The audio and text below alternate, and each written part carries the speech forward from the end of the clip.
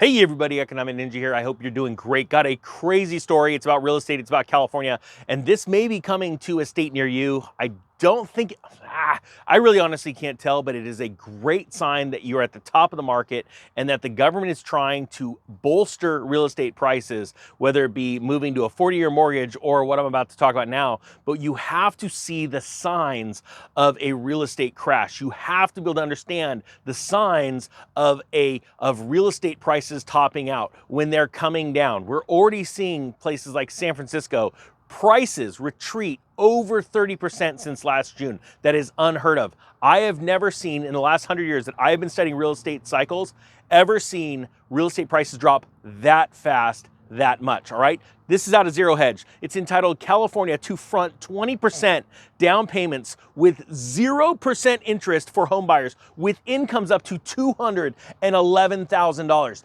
This is absolutely insane. And if you think this is too good to be true, sadly, it is not. But it is once again a over destruction of the taxpayers' dollars. Here, you know what? It's starting to rain. Let me go get my door real quick. Think about this right now. Right now, you have got a government that is straight up saying, hey, we are going to use your taxpayer money to make people, to literally give it to people that make over $200,000 a year. We're talking, there are doctors that make like $200,000 a year, right? We're going to give it to them so that they can invest in real estate, but it's not going to end well. Check this out. Here we go. California homebuyers making up to $211,000 annually will be able to receive a 20% down payment and all closing costs at a 0% interest rate. Now, just, really quick, the government's plan, the Federal Reserve's plan, ultimately is to own your home. I know that sounds crazy, but through bank consolidation and them buying up all the mortgage-backed securities, their goal is to buy your home, own it, and you be a slave to the lender. Ultimately, I'm not joking. That is the macro picture. If you don't understand that, then you really need to start diving into the news and the facts, all right? This is yet one more way that a government body agency will own your house, all right? This is the key. This is the beginning, all right? Because, all right, here we go. While the state has long offered homebuyer assistance through the state's Housing Federal Finance Agency, or CalFHA, a new program, the California Dream for All Shared Appreciation Loan Program, will give the state a proportionate interest in the property they're helping with, according to KPBS. It's available to low and moderate income, so the upper income limit is $211,000, said Ellen Martin, president of the CalHFA. According to Scott Evans, EVP of Cross Country Mortgage, the state of California can give up to 20% for a down payment and closing costs. It's a 0% interest rate. The payments are deferred for the entire life of the loan. So let me stop right there. So remember, you don't have to pay payments on this. 20%, you don't have to pay payments, but the state owns 20% of that property, right? It's not the first note, it's the second, but remember, there's a way where they're going to be able to take that over if you can't pay. So you're going to be paying payments on the 80% of that house, and then you don't even have to start paying on the other part until you get that paid off. I want to ask you this, put down in the comments section, what percentage of home buyers do you believe in California will achieve, especially in this economy, in an economy where it's hard to find a good paying job, it's hard to keep up with inflation, and especially with all of the other things going up, not just the inflation rate on food, but just everything, life.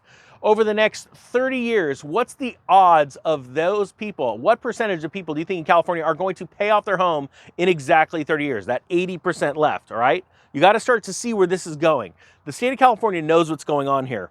On top of that, I want people to understand, if they have enough money, enough taxpayer funds, and we're talking about like the 8th largest economy on earth, all right?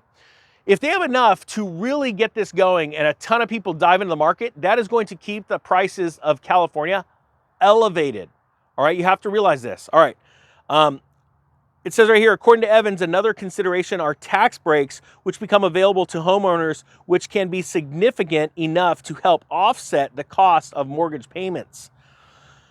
In theory, when someone sells a home financed with the now again, this is in theory, when someone sells a home financed with the HFA's assistance, any profits made by the state will go back into the program, which will in turn fund new 0% loans. So you think about it.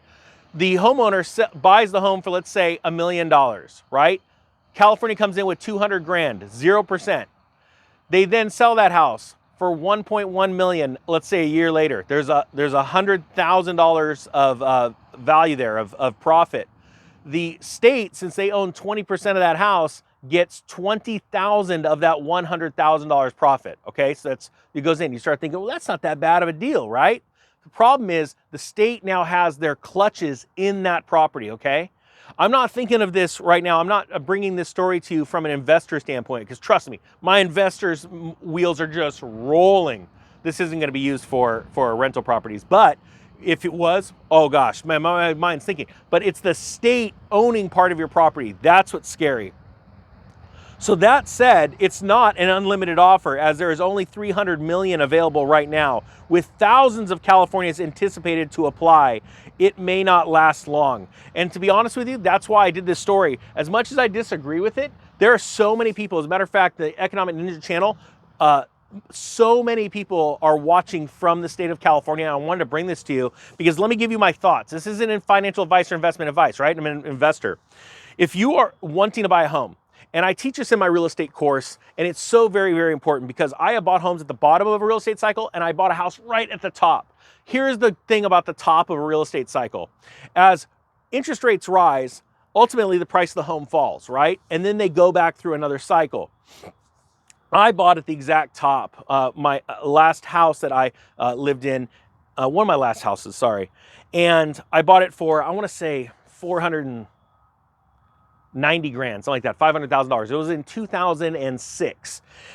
It started to fall. Ultimately, that home price fell 40% from its peak when I paid for it, all right? Was I upset? Yeah, it was a bummer, but it didn't hurt me. Why? Because I had a 30-year fixed payment.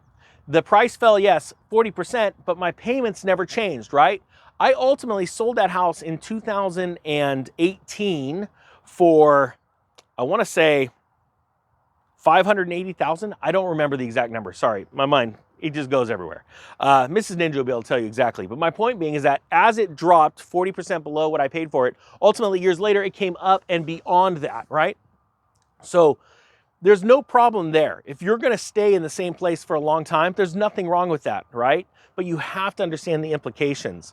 If you don't have a good solid plan to be able to pay your house off in the appropriate amount of time, 30 years or hopefully less, because of these exorbitant interest rates, remember, you're going to end up paying for your house 2, possibly 3 times over by the end if you just pay the minimum payments. If you don't have a plan to do that and then ultimately pay off that California 20% off, 20% down, and then you've got to also read the fine print. How are you allowed to pay it down? When are you allowed to pay it off? You know, it's one thing to get the 80% knocked out, then you've got to look at getting the state paid off. And that is very, very important because I have a feeling, I have a weird feeling in the fine print, there's going to be somewhere where the state goes, if you plan on paying this off, we still get the percentage of the profit, and we're going to want something for this. So I just want to implore you to read all of the fine print, but yeah, if this is what would get you into a house, you just better have a great plan on staying in that house for the next, honestly, 15 to 20 years. And the reason why is because this last cycle, like I said, I bought at the peak of 2006. I didn't sell for a profit until 2018. That's quite a long time. And remember, the Great Depression, it took something like 12 to 14 years to go from peak to trough, back to peak again. I hope you guys got something out of this. It's getting a little windy. It's getting a little rainy out here, so I better get going. The Economic Ninja is out.